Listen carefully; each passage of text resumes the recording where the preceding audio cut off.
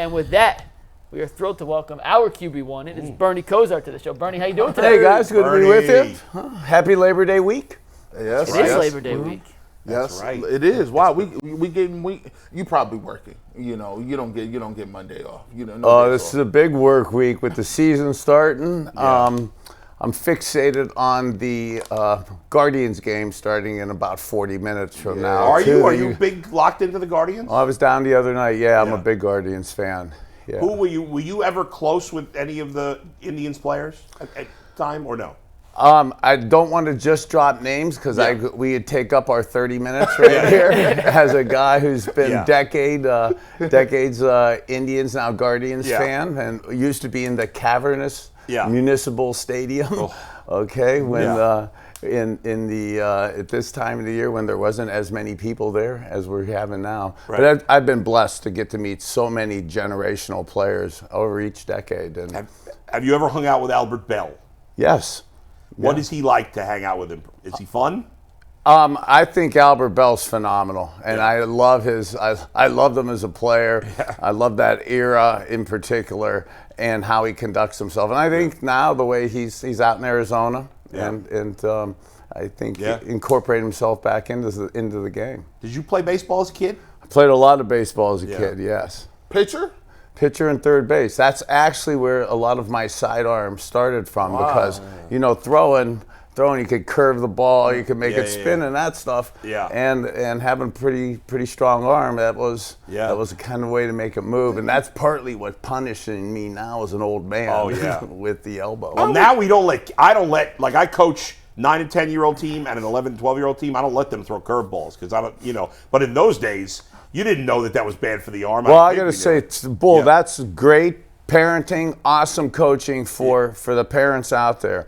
The pressure to win, to go. Man, I enjoyed watching the Williamsport Little League World Series and stuff. Did you watch the final game? I watched the final game. Yeah, to see the kids play, and I had a dream of playing in that. I played in some of the Pony and Senior League World Series nationally and stuff. So that was a lot of fun. But being able to, relate to kind of that was exciting. Yeah. By the way, for those who didn't see it, Bernie referenced it, so I'll bring it up real quick. The championship game was between Chinese Taipei, which is Taiwan, and the Florida team. And no Florida team had ever won the Little League World Series, which is shocking because you think of Florida as one of the big baseball states. Yeah. But it was a great game. It went extra innings. They play 6 in the Little League. Florida tied it in the bottom of the 6th, I think, with 2 outs, if I remember correctly. And then they won it in the bottom of the 8th. I believe it was a bunt, and they threw it away. Squeeze, that was high-level baseball for those kids. I think I have to get a life to know that nobody covered first base for Chinese Taipei to allow the Florida team to win their first Little League World Series. That's right. Yes. Good for them. Good for them. Go USA. Bernie, it's funny that you come on today and we talked about the Browns having 4 quarterbacks, right? Have you ever been around any teams that carried 4? And we were just extrapolating out. If they did keep 4 quarterbacks, why do you think that would be? So I think that's a great thing to talk about today. But today we are basically about 10, 11 days from the real game. Yeah. And this roster will change a lot between now. The back end of this roster will change some between now and the Cowboys game. And I really think that, and I love what Andrew Berry does. They're quiet little moves, but how we maybe get this 6th round pick and the 7th round pick, and our 7th round pick becomes 6th round picks. And you're really playing that latter part of the draft move right now. And I'm still answering the 4 quarterback question. So when you're trying to cut down to 53 and you're trying to maybe make some trades as opposed to release people, most everybody knows that. So they almost call your bluff. So if you don't keep 4 on the roster, you probably can't trade one of those 4 because everybody has these issues at the last moment. So it's almost like you probably fielded phone calls for all 3 of the guys behind Deshaun, okay? And guys were probably, you're asking for X amount, And they're saying, well, you're going to have to cut one of them. I'm just going to take the one you cut. Yeah. And they're like, no, I'm not going to cut them. And nobody really believes, to your point, that you're going to keep 4. So now you did. Now you have a little bit of a say now. Yeah. And you could see the Browns are probably also preparing. Like you saw Mike Ford just got signed a couple minutes ago to the practice squad from Houston. Bubba Ventrone likes him as special teams and backup defensive back and stuff. So it kind of leaves you some flexibility with kind of an extra roster space. You're not gonna, by September 8th, our team's too deep. And too valuable to have 4 of us. And I'm not a quarterback guy. I love us, keep us all hired. Okay, but we're too deep. And I think it's a strategic move here to create some assets and some flexibility. Makes sense. In the same vein, Bernie, there was a report out yesterday that the Browns were at least going to listen if a team called for a potential trade offer for Jameis Winston. We talked, I think. I said I would not trade Jameis. Yeah, I'm on the buy when trade Winston. Yeah. You were here last week and you talked about the importance of Jameis helping Deshaun. I'm guessing you were very against any potential trade of Winston. If they're going to cut down from 4 to 3, it's not going to be Jameis, right? Yeah, so the pre-dementia stuff that I'm having, I absolutely remember all the stuff in the soapbox I went on last week here and my lust for Jameis Winston. Especially in that quarterback room and that. So the standard phrase is you do have to listen to everybody, I guess, when they call, but I'd be hard pressed, to have to want to make a move for Jameis Winston. And I think you could accuse me of going back to drinking and pill taking if I executed that trade for a late round pick. Because right now the reality, again, I am always as positive and believe in the visualization of positive things, especially for young players. Visualize yourself making great plays and stuff. Visualize yourself having success in that. Just like I don't like to visualize negativity and visualize injuries. But if you have to be an objective organizational person like Andrew Berry and Coach Stefanski, you have to statistically plan that our line is struggling, and Deshaun is coming back from an injury, and you have to have some depth at that quarterback position, just like we found out last year in 2023. So Jameis Winston, I think, not just bridges that quarterback room, but he absolutely gives you that security to execute an offense at a really high professional level. And I went on a soapbox again last week about, you saw Jameis, although limited playing, when he has played with the play-action game, and I'll go back to Michael Woods in that first game, hitting a 21-yard square, and with just the old-school post, replace it with a square and behind it, off of play-action. God, that isn't sexy. I remember running it 35 years ago, and it still works versus cover 4. So having a guy who believes like that and thinks like that, I think it's too valuable at this time of the year for a late round pick. Bernie, let's talk about the left tackle situation, right? Jedrick Wills, I think we're all kind of surprised that he's not ready to go. They did activate him off the PUP list, but he's not practicing. Jack Conklin is practicing, coming off that devastating injury last year, and it does seem like if he's ready to go week 1 and Jed is not, that they will use Jack Conklin at left tackle. He hasn't played left tackle, I want to say, since his rookie or second year, maybe even since college. He hasn't done it much. How hard do you think it will be for him to be the left tackle week 1 if they need him? So I think it's, again, in the spirit of positivity and in wanting to be positive, I think it is going to be fine because he is such a professional. I do believe he's an anomaly, and you don't want to make your career and your living on that being that situation, have to be successful every time. So him going from right tackle to left tackle just on itself without an injury is a challenge. Yes. And Joe Thomas made it look so seamless and so easy for for north of a decade, but it's not that easy. And the drop step with your right foot is different than the drop step with your left foot to take a Micah Parsons coming off the edge with that ferocity that he'll be doing. And then you couple it with he's coming off an injury, and then third, you couple it with that he hasn't had any preseason. So those aren't optimal issues. So we talked about it last week on the show, and I'm fixated again as a guy now 60 years old who hasn't had to put a game plan together in 3 or 4 decades, okay? And in my head, I can't help myself, and I'm putting a game plan together. And to that question, I absolutely now I'm looking at what we do to that quarterback question, that 53-man roster question, to with only 2 tight ends and 2 running backs.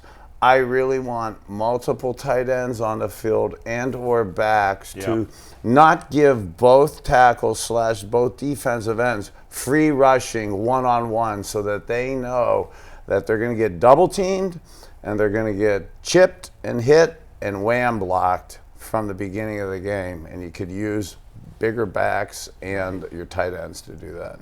Bernie, I was over here looking up something, and you just was sitting here, and I said, man, hold on, man. I'll be getting these ideas. I thought it was boring. You're you're right. He was like, so you look at me.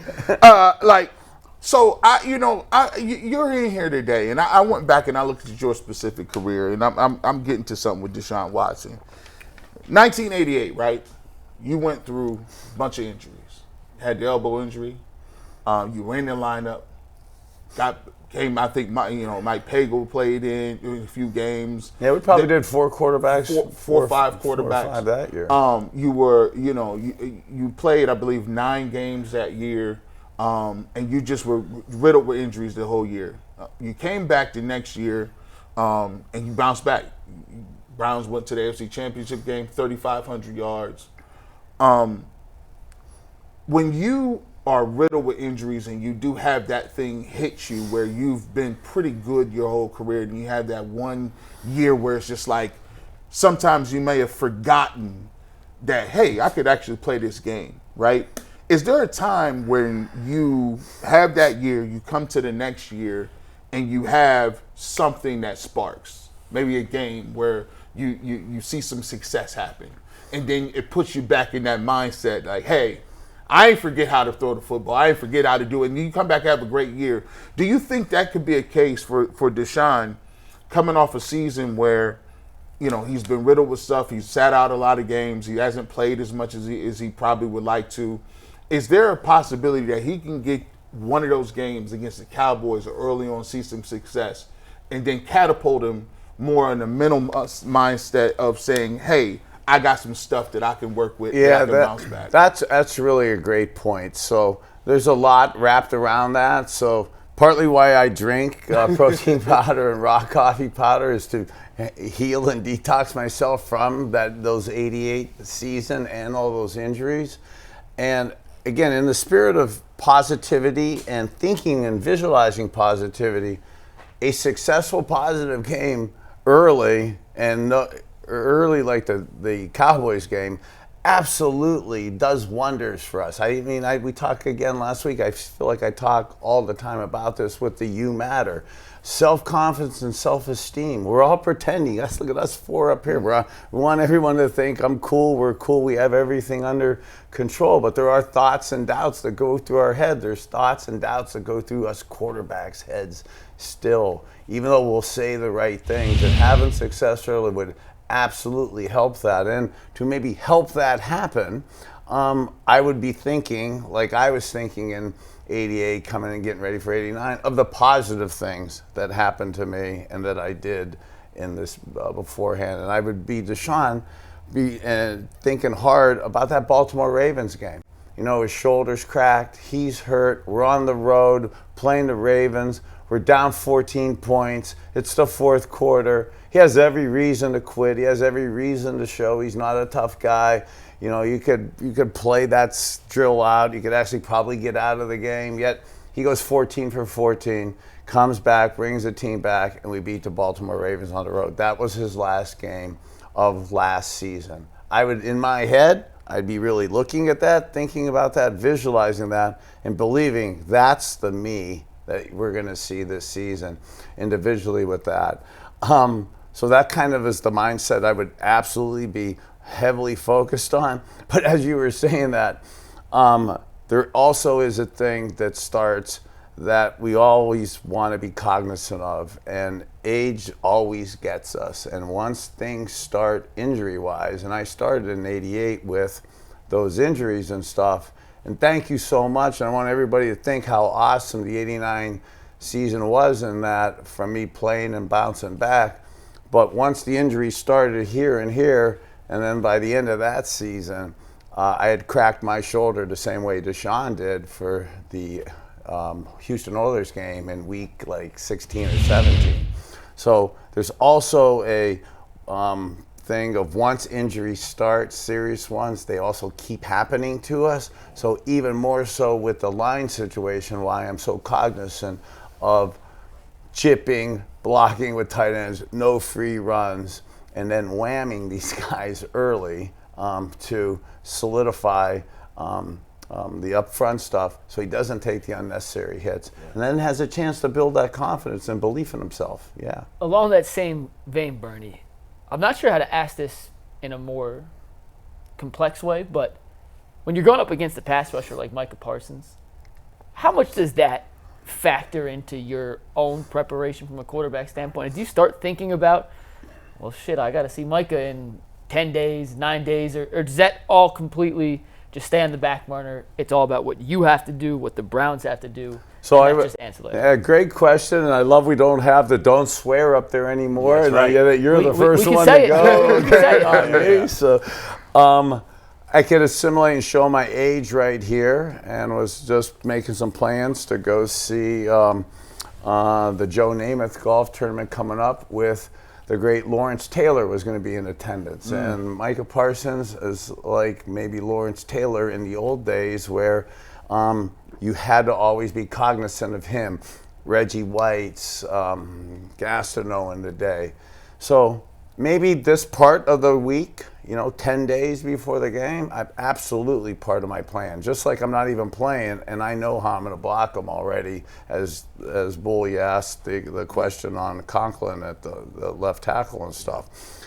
And there is always a plan for that. And again, I'm not saying the Cowboy stuff, watch how I do things and what I say and stuff, but I do have relationships down there, and they kind of follow some of us on the show and that.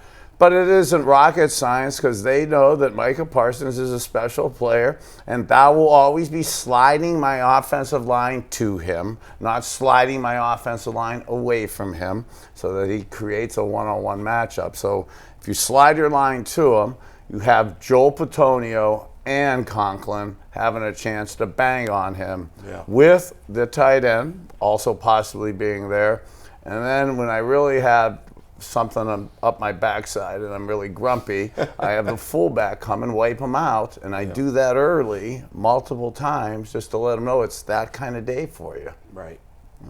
Sorry, kids. Yeah, out there. No, I like that. That's It's a good I like answer. that. That's true. the You gotta energy do it. I like. Bernie, none of us are I'm a healer now. Okay? Yeah, That's why when people say, "Why don't you coach? Why don't you talk?" I don't want to tell kids that, but that is how you got to go think about That's playing. what you got to do. It's football. But you know what you're in for when you play football, right? Yeah. So I think none of us were surprised that Nick Chubb starts the year on the PUP list. Maybe we were hoping against hope that he'd be ready because he's such a freak athlete, but it's still only 10 months since his last surgery. So we understand. How confident are you? I don't know, if you've had any interactions recently with Nick, but Yeah, I saw Nick a couple weeks ago. And is he going to be ready in 5 weeks? I love Nick. Yeah. I He's the really best. do. He is, and again, I'm not going to make this about myself, but talking about the injuries in '88, thinking about coming back early, priding myself on playing hurt. I did the thing today talking about, playing with a broken ankle, talking about playing with a cracked shoulder, and now it's the arms don't work and stuff. So. I used to say to myself, I'm proud I did it. I don't regret doing it, but I do wish there were a few adults in the room that helped me from myself. Yeah. And I believe that the Browns and the organization are doing a masterful job of helping us younger players from ourselves. And I believe Nick Chubb left onto himself is one of the reasons why we love him is he would want to go out and play at, I'm making this up, because I don't know, 80, 85, 90%. Yeah. When our schedule's kind of set up, we don't play division games till week 7+. Yep. Okay? I know this opener, I put an inordinate amount of importance on the opener, September 8th against Dallas. But it's a long season. It's a marathon, not a sprint. And we need Nick Chubb after Thanksgiving. So even though I know he wanted to play, I love what the organization did of protecting him from himself. Do you think he will be back in week 5, or could it be even a little longer than that? That's how things heal and that. Yeah. But I mean, I think that gives him a better chance now to be back in and around that. All right, sounds good. Bernie, you played for the Cowboys, won a Super Bowl with the Cowboys. You're obviously a legend here in Cleveland.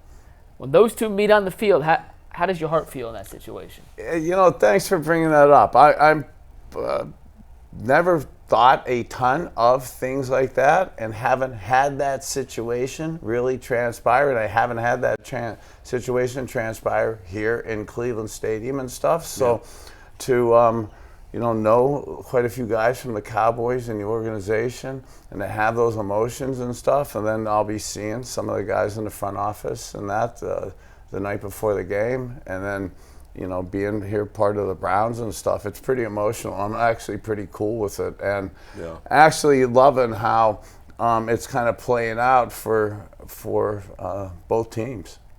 Yeah, I mean, it should be an exciting game. And both teams have issue. The Cowboys have some issue with their offensive line as well. Mm-hmm.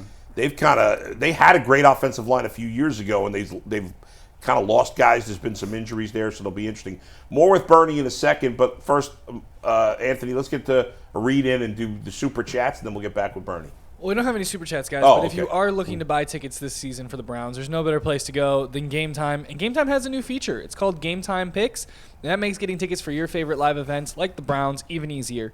Game Time Picks filters out all the fluff to only show you the best deals and great seats. You don't have to waste any time searching through thousands of tickets. They have your ticket covered with the most flexible customer service policy in the ticketing industry, and if you toggle the all-on pricing feature, it has to be toggled on. You get no surprise fees at checkout. It's the best app to go buy your tickets at. Download Game Time right now, create an account, and use code LOCKEDONNFL for $20 off your first purchase. Terms do apply, but create and redeem code LOCKEDONNFL for $20 off. Download Game Time today. Guys, what time is it? It's game time. Yep. All right, thanks, Anthony. Bernie, I'm curious. Real quick, go ahead. sorry. Breaking news? Minor, but the Browns were not awarded any players via waivers, and none of their players were claimed. Do they know if the Browns put in any claims? Did it say that? Mary Kay just tweeted, not awarded any players. So for anybody that was aggravated about any of the Browns players being cut, none of them were in high demand because none of them got claimed. All back on the practice squad. So not all of them, but the ones they want to bring back, they have the back. opportunity They're to bring bringing back. I was just curious. That would play into why you'd want to keep the 4 Qs if there was a trade possibility, because if they didn't think they were going to get guys claimed like this. Yeah, that makes sense. Bernie, I was curious, again, a little out of left field, but I think about the old school AstroTurf that they had in some of these stadiums. How awful was it playing on that? Well, the AstroTurf was just a thing to make sure it was green. I mean, literally, the AstroTurf in the 80s was less dense than my fingernail. Okay, really, and it was a parking lot underneath it. So. My dogs just peed on it today because my first college start was at the Houston Astrodome, University of Miami, against University of Houston. First pro start was the Browns against Jerry Glanville and the Houston Oilers down there. So when they demolished the old Astrodome, they did a sale of the AstroTurf, and literally to go get it, it really looks like a piece of paper that you fold over and stuff on the concrete and stuff. Crazy. And in the old days, I think we said this a week or two ago, of yield management of the old school stadiums back then. They would have concerts the night before a game. I mean, I remember at the Brown Stadium, not turf and stuff, but Brown Stadium after a Pink Floyd getting slammed to the ground, and you'd have joints in the landfill and stuff. I know, to be fair, the NFL Players Association has never been great in a lot of negotiations. However, Like, how did they allow you to play on those fields? It was part of the elbow issue and staph infection was, and I'll say this in the spirit of humor, but it's absolutely true. I mean, the Browns, we were having rock concerts the night before the game. Texas is a different state. Back then they had bullfights. Oh God. But there's literally bullshit on this AstroTurf. So now the next day it's you're getting tackled in that. And you're getting scrapes, and then when you get cut up, and you're like, when I cracked my shoulder and I reopened my elbow and stuff, you didn't go clean it until after the game, so already the infection set in. That's Bernie, you swore first. No. You can say bullshit. You're good, but that's just that disgusting. literally that was it. That is gross. On some real stuff in I played Camp McKinley, so we played at the Hall of Fame Stadium. Was that always turf? Hey, I did the game. I did the game last week against Warren Harding. We got the win. Coach Antonio Hall, shout out. Yeah, we got that dub. He's great with young men. Oh yeah, he's amazing. Listen, he's awesome. He's been on the show. He's been on the show too. One of my good friends grew up with him. Got a bunch of stories with Antonio. That was Foster Stadium was grass. In 1995, 1996, they decided that they're going to revamp it, and we went to turf, and we had turf in '97. So basically, you had an extended parking lot. Yes, back then, and it was it wasn't a field turf. No, it was concrete. And then we played at the Akron Rubber Bowl for big games, and they had the big crown in the middle of the field, and it's glorified concrete, and the turf burns that used to get. Those turned into you couldn't wash a turf burn. You had to put plastic wrap on it. Right. The whole season. And you would have raw patches. It almost looked like skin grass. It's insane that we allowed people to play on that. And we were in high school. That's crazy. That is child abuse. Yeah. We actually thought getting decapitated and getting run over and slammed to the ground was easier than those scrapes and that stuff. Yeah. You get in the shower with a turf, bro. They spray it burns. But turf back then, you think about it. I don't know how I did it. We played on AstroTurf and we played basketball games on concrete in the playground. I can't play outside anymore. My knees do not allow me to play outside anymore. Yeah, Bernie, I ain't got no more plays in my knees. They're done. I know you can't. If you play on that with regularity, you see why the consequences as we age out with stuff like that. Did the NFL fields have big crowns?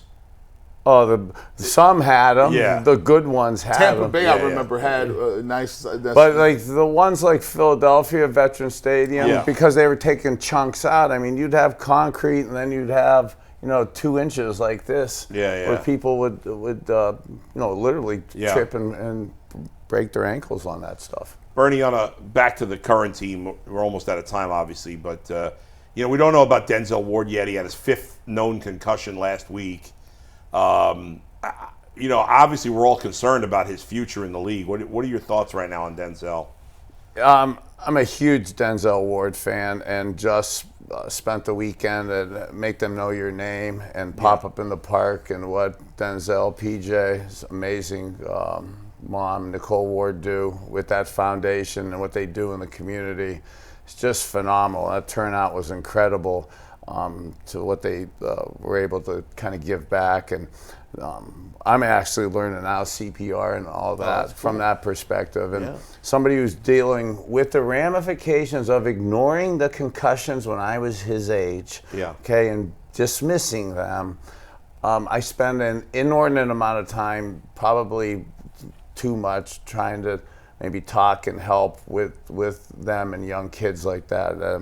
Because I could not be talked out of playing then. That wasn't an option. But that is something that when these keep happening like this, the consequences down the road, no matter how much money you're making, have in line to make, these are tough ones to deal with. And for him, I just wish him the best in trying to get himself better. Yeah. Are those avoidable?